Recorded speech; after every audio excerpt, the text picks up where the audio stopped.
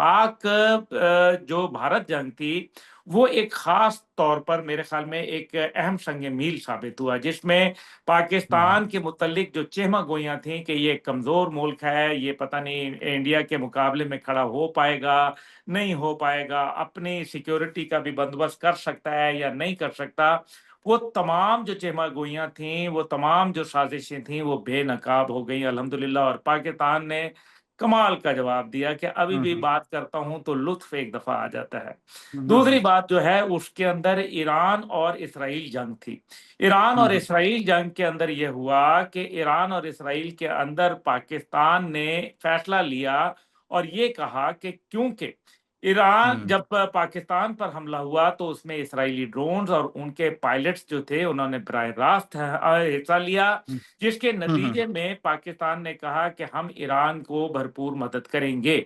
जिसके हुँ, नतीजे हुँ। में तशक्कुर तशक्कुर पाकिस्तान के फलक शिगाफ नारे बिल्कुल। ईरान की असेंबली के अंदर गूंजे, पाकिस्तान का शुक्रिया अदा करने हुँ, के लिए। हुँ।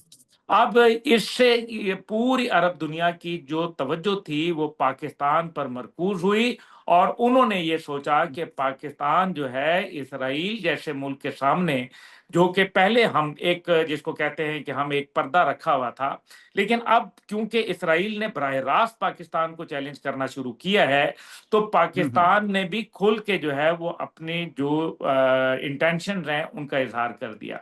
इसकी बुनियाद के ऊपर सऊदी अरब जो था, जब कतर और के अंदर मुज़ाकरात होने शुरू हुए, तो उसके बाद अरब लीग के इजलास जो था वो इस मुआहदे का बुनियादी मज़हर है और हुँ, उसमें हुँ। फिर पाकिस्तान के वज़ीर आज़म साहब को यानी कि पाकिस्तान को फ़िज़ा के अंदर F-15s की सलामी और अपने घेरे में जहाज़ पाकिस्तान एयर फ़ोर्स 1 को लेना और उसके बाद जो है वो फ़ील्ड मार्शल साहब का वहाँ मौजूद होना, नेशनल गार्ड्स का जो है सलामी देना और फिर वली अहद जो है उनका बाहर खड़े होके वजीर आजम पाकिस्तान का इस्तकबाल करना, आर्मी चीफ से मुलाकात करना और मुआहदात के ऊपर अमल दरामद करना। इसके अंदर एक किरदार जिसको हमें फरामोश नहीं करना चाहिए, जो हमेशा से छुपे रुस्तम रहते हैं, उनका नाम है डीजीआईएसआई जनाब जनरल आसिम मलिक साहब। आसिम मलिक साहब, हाँ, बिल्कुल, बिल्कुल। आसिम मलिक साहब जो हैं वो अपना काम करते रहे और खामोशी से जो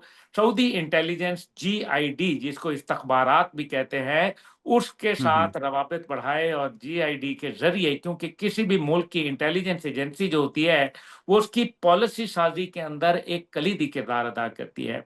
हुँ, तो हुँ। मैं समझता हूँ कि नेशनल सिक्योरिटी एडवाइज़र होने के साथ-साथ उन्होंने हुँ, जो हुँ। किरदार अदा किया है, वो एक खामोश छुपा रुस्तम का किरदार है।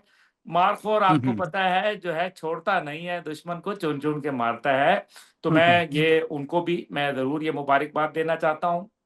हुँ, हुँ। इसके बिल्कुल। अलावा मेरे ख़्याल में अब चंद चीज़ों के ऊपर हमें गौर करना चाहिए। पहली बात ये है कि ये मुआहदे के नतीजे के अंदर अगर किसी भी दोनों ममालिक में से किसी एक पर हमला होता है, तो वो दूसरे मुल्क पर हमला तसव्वुर किया जाएगा और ऑटोमैटिकली जो है वो किरदार अदा होना शुरू हो जाएगा, जो बुनियानो मरसूस के अंदर हुआ। याद रखिए, पाकिस्तान के पास जो मिसाइल सिस्टम्स हैं, वो तेल अवीव तक बड़े मज़े से, बड़े प्यार से पहुँच जाते हैं।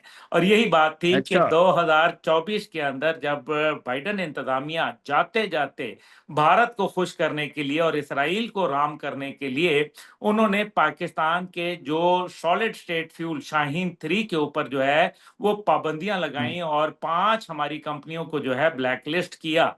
ये हुँ, हुँ। शाहीन 3 क्योंकि वहाँ पहुँचता है, इस वजह से तेल अवीव को जो है वो हमारे से खतरात लाहक हैं। दूसरी बात, हुँ, पाकिस्तान हुँ। न्यूक्लियर कंट्री है और आलम इस्लाम की वाहिद सुपर पावर है। आपने देखा कि हाफ़िज़ आसिम मुनीर साहब को जो है, लोगों ने कैसे जो है वहाँ गले लगाया। कैसे वो जो है बिल्कुल। वो जिसको कहते हैं ना हॉट चॉकलेट की तरह जो है वो उनका जो है वो इस्तकबाल हो रहा था और हाथों-हाथ बिक रहे थे वो। क्यों? हुँ, हुँ, हुँ। क्योंकि बिल्कुल। सबको पता चला था कि ये जो बंदा है, ये जीत के आया है, मैदान-ए-जंग का फ़ातिह है और बिल्कुल। इससे जो है वो इसने अपने से बड़ी ताकत को जो है ललकार दिया है और अल्लाह ने इसको फ़तह याब किया। इस वजह से हुँ। हाफ़िज़ सैयद आसिम मुनीर साहब का किरदार एक अहम तरीन किरदार है। उन्होंने एक बहादराना और दलेराना पॉलिसी अपनाई, जिसके नतीजे के अंदर आज हम जो ये काम कर रहे हैं, जो हमारा मुआहदा हुआ है। अब इस मुआहदे के कुछ और पहलू हैं। पहला है पाकिस्तान ऑर्डिनेंस फैक्ट्री, जहां हम्म, पाकिस्तान के छोटे वेपन्स जो हैं वो बनते हैं, जिसके अंदर G3 राइफल्स हैं, सब मशीन गन्स हैं, पिस्टल्स हैं और आर्टिलरी शेल्स हैं। ये एक हमारा ये पहलू आ गया। दूसरा है हम्म, स्ट्रेटेजिक प्लानिंग डिवीजन, यानी कि जहां से पाकिस्तान का मिसाइल प्रोग्राम जो है वो रन होता है। ये हम्म, तीसरा है नेस्टैप, जहां पाकिस्तान ड्रोन्स बना रहा है और साइबर स्पेस जो है उसके अंदर अपनी एनग्रेस जो है वो दिखा रहा है। चौथा जो हम्म, इसका पहलू है वो है पाकिस्तान एयर वेपन कॉम्प्लेक्स और कामरा, जहां हम्म, पाकिस्तान अपने फिजाइया के हवाले से अहम तरीन किरदार अदा कर रहा है, जिसकी तफसीलात मैं आपको बयान नहीं कर सकता। जो पांचवी बिल्कुल। चीज इसके अंदर जो है वो हैवी इंडस्ट्रीज टेक्सला, जहां न्यूक्लियर हमले की सूरत में भी जो टैंक बनाए जाते हैं, अल खालिद, जर्रार और दीगर टैंक और आर्मर्ड पर्सनल कैरियर्स जो हैं, ये एक बहुत बड़ी दिफाई इंडस्ट्री है पाकिस्तान की। गर्ज ये कि इसी तरीके से पाकिस्तान नेवल शिप डॉकयार्ड जो है वो इसका एक और पहलू है, जिसकी अगेन तफसीलात नहीं बताई जा सकती। मकसद यहाँ ये बिल्कुल। कहने का है कि ये तमाम दिफाई शोबा जो है ये इंशाअल्लाह ताला अब आपको इसमें तरक्की जो है वो अपने अरूज पे जाती नजर आएगी, क्योंकि पाकिस्तान के पास टेक्नोलॉजी तो है, लेकिन हम्म, पैसे की किल्लत है, और पैसा जिनके पास है वो अब हमारे साथ है अल्हम्दुलिल्लाह। बिल्कुल। अच्छा, एक घोड़े पे पाकिस्तान की फौज। पाकिस्तान, हाँ, एक हाँ, घोड़े पे हाँ। पाकिस्तान का परचम और एक तरफ सऊदी अरब का परचम। क्या बिल्कुल। खूबसूरत बहार थी, क्या नजारा था। दिल देख के एक दफा सीने में, जिसको कहते हैं ना पंजाबी में, ठंड पै गई जे, मतलब, बिल्कुल। और हमारे सीनों में ठंड पड़ गई, और शरीकों के जो सीनों पे जो है वो सांप लौट गए।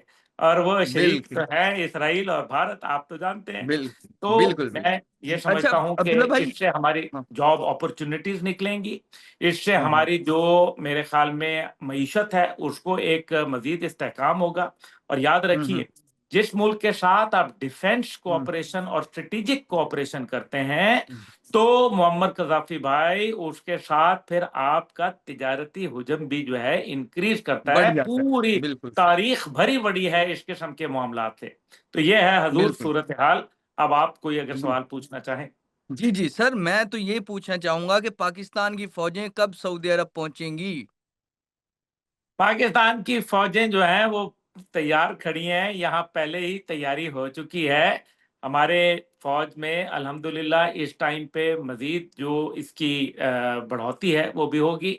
इसके अंदर जो है पाकिस्तान के जो जाहिर है, पाकिस्तान वहाँ एक अपने नुमाइंदा हमने जनरल राहील शरीफ की शक्ल में छोड़ा हुआ है, और वो हम्म, इतने अरसे से जो है वो एक मेरे ख्याल में खामोशी से अपना किरदार अदा कर रहे थे।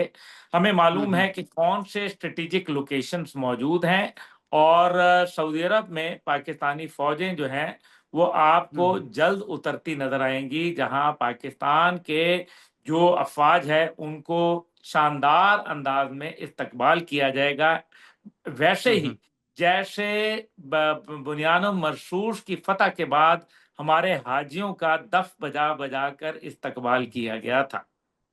बिल्कुल, बिल्कुल। अच्छा अब्दुल्ला भाई, इसमें अब यही हम समझेंगे कि अगर सऊदीया पे कल को इज़राइल कुछ हमला करता है, तो वो समझा जाएगा पाकिस्तान पे होगा। इसी तरह अगर कुछ पाकिस्तान के साथ इंडिया करता है, तो वो भी हम यही समझेंगे कि जिस तरह सऊदीया पे किया है, यही इस मुआहिदे का असल यही लुबे-लुभाव होगा। जी, इसका लुबे-लुबाब यही होगा, इस पे सिर्फ यही बात खत्म नहीं होगी, और भी बहुत कुछ होगा। 5 और ममालिक हैं जो दिफाई मुआहदा पाकिस्तान के साथ करने को तैयार खड़े हैं। अभी तो तेल देखें, तेल की धार देखें, अभी तो हमने इसराइल और हिंदुस्तान को थोड़ा तेल देना है, ताकि जो है ना उनके जो बैठे हुए रिंग पिस्टन है ना वो ज़रा हुँ, ठीक हो हुँ। जाएँ। हमें अभी तेल देना है उनको प्रॉपर, कुछ दे चुके हैं और हाँ, कुछ हाँ। देने वाले हैं इंशाअल्लाह ताला। आप देखेंगे हुँ, हुँ। इसके बहुत दूररस नताइज निकलेंगे, क्योंकि एक और मुल्क है, अरब मुल्क, जिसके ऊपर हमला करना चाह हुँ, रहा हुँ। है इसराइल, हुँ, और हुँ, हुँ। वो अभी बकायदा अखबारात की भी ज़ीनत बनने वाला है। तो मैं ये समझता हूँ कि पाकिस्तान जो है इस मामले को कंट्रोल कर सकता है, लेकिन जैसे मैं आपके हुँ। साथ पिछले पॉडकास्ट में भी ये गुज़ारिश की थी कि चीन के लिए एक अहम तरीन जो है वो चैलेंज है। क्योंकि चीन जो है वो ये समझ रहा है कि चीन की जो एक अभी जो 3 सितंबर को उन्होंने एक पॉलिसी दी थी जिसके अंदर उन्होंने कहा था कि दुनिया यूनिपोलर नहीं बल्कि मल्टीपोलर हो गई है, और उसके 1 हफ्ते के बाद कतर पर हमला करके अमेरिका ने ये बावत कराया था कि नहीं जनाब, अभी भी गेम जो है वो अमेरिका के हाथ में है। तो मेरा ख्याल है पासा पलटने वाला है। चीन जो है पाकिस्तान की पीठ के ऊपर मौजूद है।